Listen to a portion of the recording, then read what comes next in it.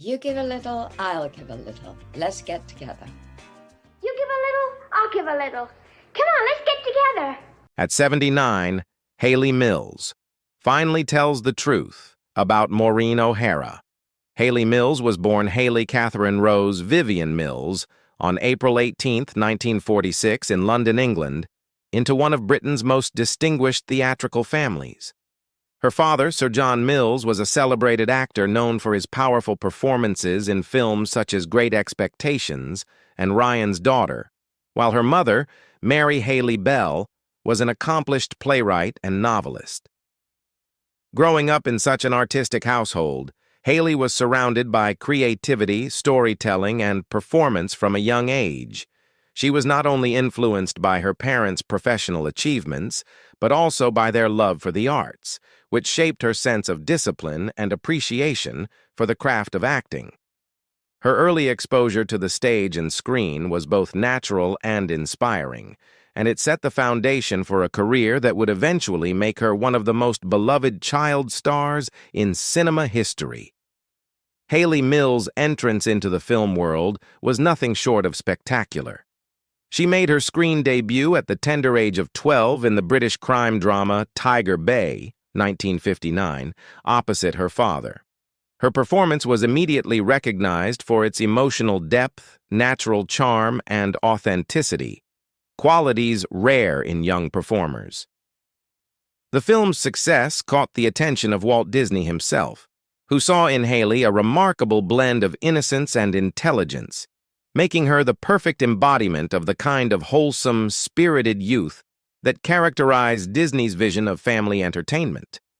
It wasn't long before she signed a contract with Walt Disney Studios, marking the beginning of an extraordinary collaboration that would make her a global sensation.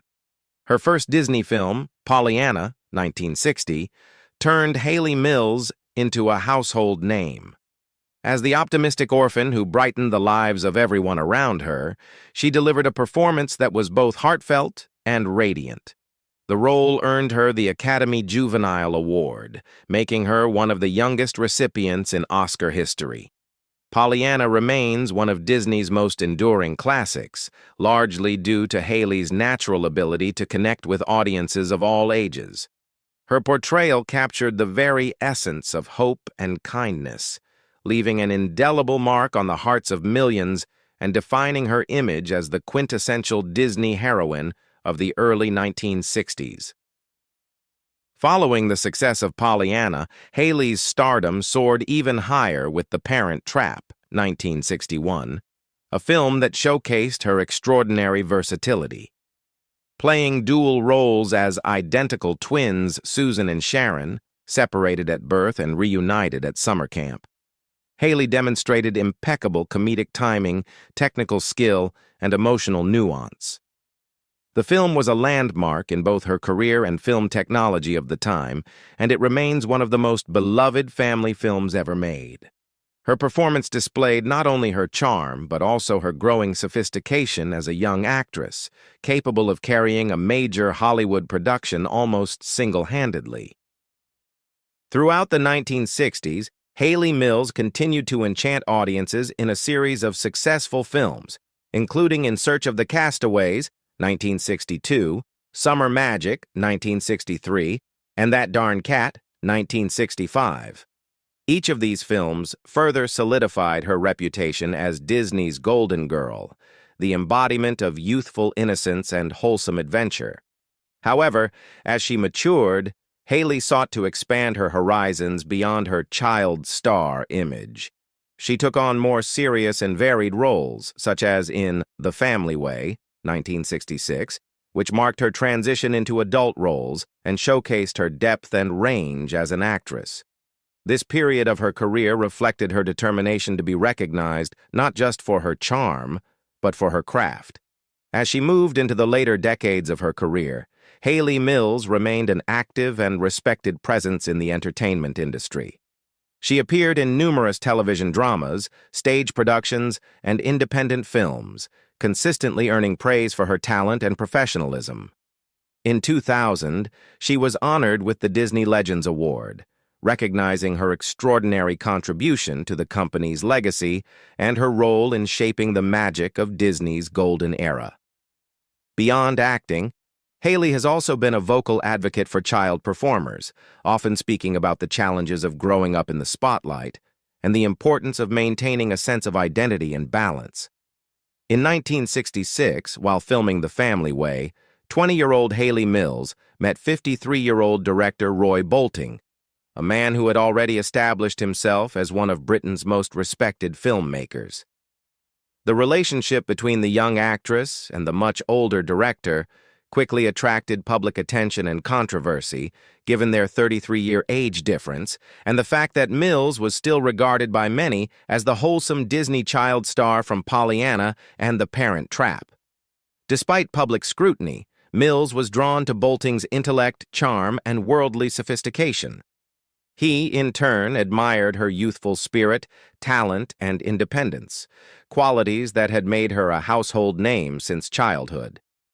Their romance deepened during the filming process, and though it was unconventional, Mills saw in Bolting both a mentor and a partner who encouraged her transition from child star to mature actress. The couple married in 1971, when Mills was 25 and Bolting was 58. They settled into a bohemian yet comfortable lifestyle that reflected their artistic temperaments. They owned a fashionable flat in London's Chelsea district, a neighborhood long associated with artists, writers, and intellectuals, and also a countryside home at the picturesque Cobstone Windmill in Ibstone, Buckinghamshire. The windmill, perched on a hill overlooking the English countryside, became one of their most iconic residences. The couple enjoyed country living, often entertaining friends from the entertainment industry and enjoying long walks through the scenic Chiltern Hills. However, despite their seemingly idyllic life, differences in age, personality, and priorities began to strain their relationship over time. After several years together, they decided to part ways, finalizing their divorce in 1977. Their marriage, though brief, remained an important chapter in Mills's life. It represented her break from childhood stardom and her attempt to establish her own identity as an adult woman. During their marriage, Mills gave birth to their son, Crispian Mills, who would go on to make a name for himself in the music industry. Crispian inherited both his parents' artistic flair, his mother's love for performance, and his father's sense of creativity behind the scenes. He rose to fame in the 1990s as the lead singer, guitarist, and primary songwriter for the British band Kula Shaker, known for blending psychedelic rock with Indian musical influences. The band became one of the defining acts of the Britpop era, and Crispian's music reflected a sense of spiritual curiosity and individuality, traits often associated with his famous mother. Despite the challenges of growing up in the shadow of celebrity parents, Crispian built a successful career in his own right, and Hayley has often expressed pride in his artistic accomplishments. After her marriage to Bolting ended, Mills entered a relationship with actor Lee Lawson, a rising star in British film and television. Their romance, which began in the mid-1970s, was characterized by mutual artistic respect and emotional connection. In July 1976, they welcomed a son, Jason Lawson. The relationship offered Mills a sense of renewed happiness and companionship after the emotional upheaval of her divorce. However, as both were deeply involved in their acting careers, their demanding schedules and differing ambitions eventually took a toll on their partnership. By the early 1980s, the couple amicably separated, choosing to focus on their individual paths while maintaining respect for one another as co-parents and fellow performers. Following several years focused on her acting work and her family, Mills found love again later in life. Since 1997, her partner has been actor and writer Ferdous Bamji, who is 20 years her junior. The two met while touring in a stage production of The King and I, in which they played the lead roles, Mills as Anna Leonowens and Bamji as the King. Their shared passion for theater and storytelling forged a strong personal and creative bond. Unlike her earlier high-profile relationships, Mills and Bamji have maintained a relatively private life together, preferring to stay out of the spotlight and focus on their craft. Their relationship, enduring and affectionate, reflects a deep emotional connection and mutual respect that transcends age and fame. As of 2023, the two remain partners, often collaborating and supporting each other's projects across theater and film.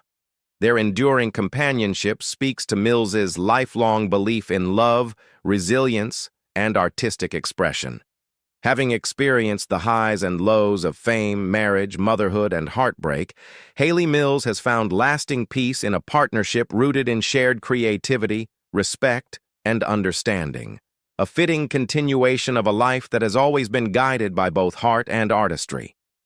After decades of keeping her reflections mostly private, Hayley Mills, now 79, has opened up about her experiences working alongside the legendary Irish actress Maureen O'Hara, with whom she starred in Disney's beloved 1961 classic, The Parent Trap. For years, fans have speculated about the bond between the young British star and the fiery, seasoned screen veteran who played her on-screen mother. Now, Mills has decided to speak candidly, offering rare insight into what it was really like to share the screen with one of Hollywood's most commanding figures. Maureen was a force of nature, Mills revealed.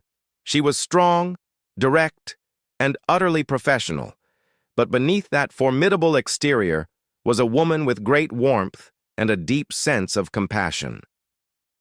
Hayley recalls being just 14 years old when she first met O'Hara, a towering presence in every sense, elegant, confident, and uncompromising in her standards.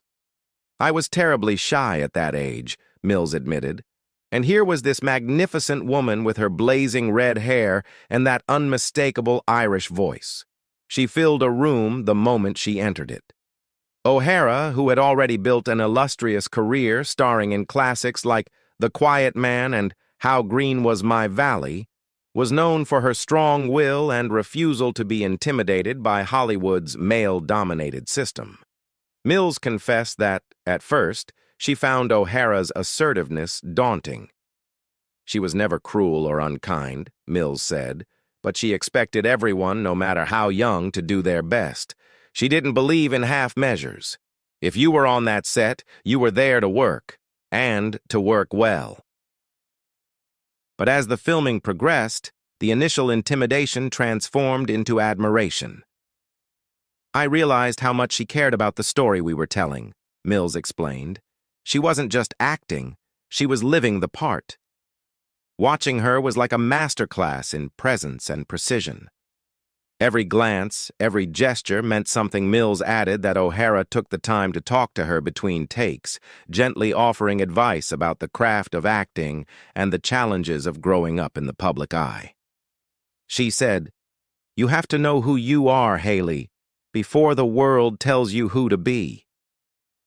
I didn't understand it fully at the time, but I've carried that lesson with me ever since off-screen.